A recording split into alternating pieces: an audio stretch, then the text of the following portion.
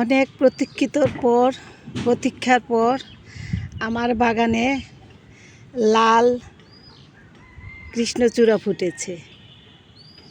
এই যে দেখুন, এটাকে রাধাচূড়া না কৃষ্ণচূড়া বলে আমি জানি না, তবে লাল একটা আছে আমার হলুদ, আর এটা হলো লাল। লালের আমার অনেক ইচ্ছা ছিল, লালের ভিতরে একটু হলুদ আফসা আফসা আর কি।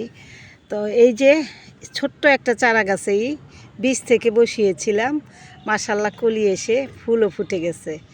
আমার কাছে এত ভালো লাগছে যে ভাষায় প্রকাশ করতে পারবো না।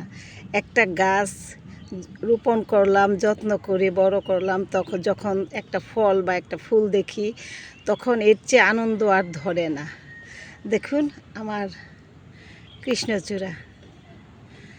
কাদের কাদের পছন্দ অবশ্যই লাইক শেয়ার কমেন্টস করবেন, আমাকে ফলো দিবেন। আর যারা ইউটিউব থেকে দেখছেন তারা অবশ্যই আমাকে সাবস্ক্রাইব করে আমার পাশে থাকবেন, বেল বাটনটা বাজিয়ে দিবেন, তাহলে আমার সমস্ত নোটিফিকেশানগুলি পেয়ে যাবেন।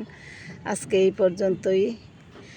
আর যাদের ছাদ বাগানে এই ধরনের নাই তারা অবশ্যই বসিয়ে দেন। আমি কিন্তু অনেকগুলো চারা তৈরি করেছি, এইগুলোর আমার ছাদ বাগানে থাকবে।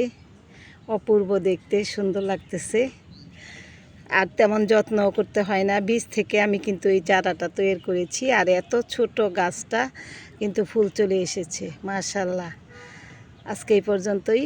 ভালো থাকবেন, সুস্থ থাকবেন, সবুজের ছোঁয়ার পাশে থাকবেন। আল্লাহ হাফেজ।